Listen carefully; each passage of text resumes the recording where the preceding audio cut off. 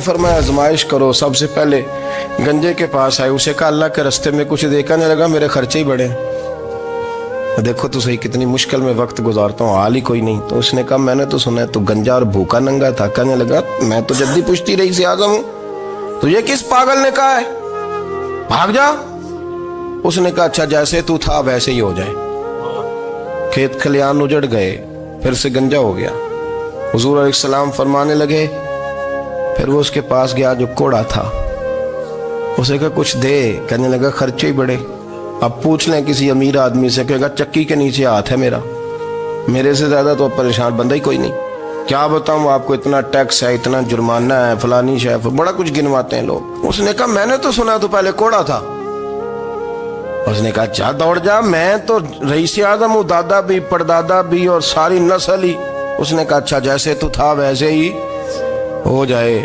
پھر وہ گیا اندھے کے پاس اور جا کے کہا اللہ کے نام پہ کچھ دے.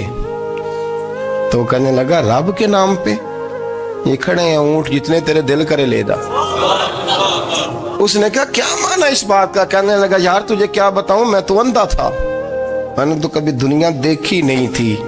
پھر اس کریم نے فضل کیا تو مجھے بڑا کچھ دکھایا. میں کیا بتاؤں, میرا دل کر رہا ہے کہہ دوں کہ پھر اس نے کعبہ دکھایا, پھر اس نے روضہ رسول دکھایا,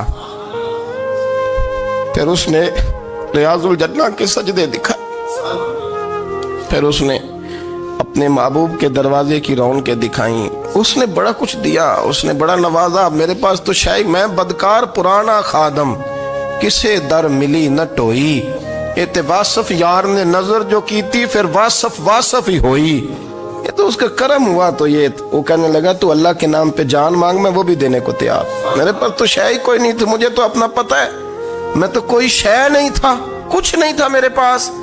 یہ تو ان کا کرم ہے کہ رخ ان کا ادھر ہے, اور مختصر سی میری کہانی ہے, یہ جو بھی ہے ان کی مہربانی ہے.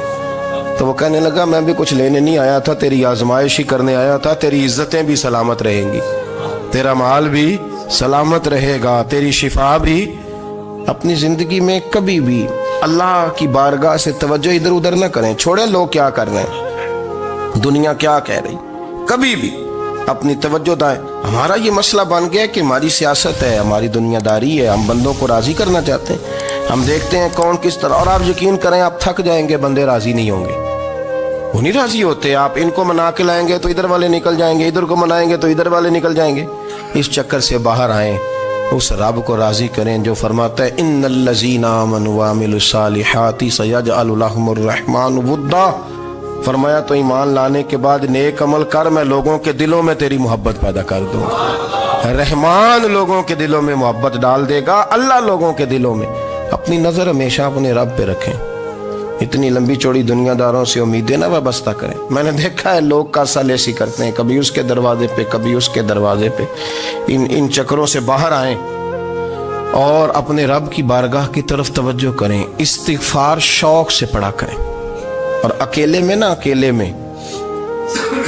حضرت رئیس المتکلمین مولانا نقی علی خان صاحب رحمۃ اللہ نے لکھا ہے کہ فرعون 500 سال حکومت کر گیا. یہاں تو 5 سال کی حکومت کی پیر لڑکھڑاتے ہیں, 500 سال. فرماتے اصل وجہ یہ تھی کہ دنیا جب سو جاتی تھی نا تو اوپر چادر لے کے تو مصلے پہ بیٹھ جاتا تھا, اور ہاتھ باندھ کے کہتا تھا رب تو ہی ہے, میرا پردہ نہ کھولنا, مالک تو ہی ہے, کرم نوازی کرنا, میری پکڑ نہ کرنا.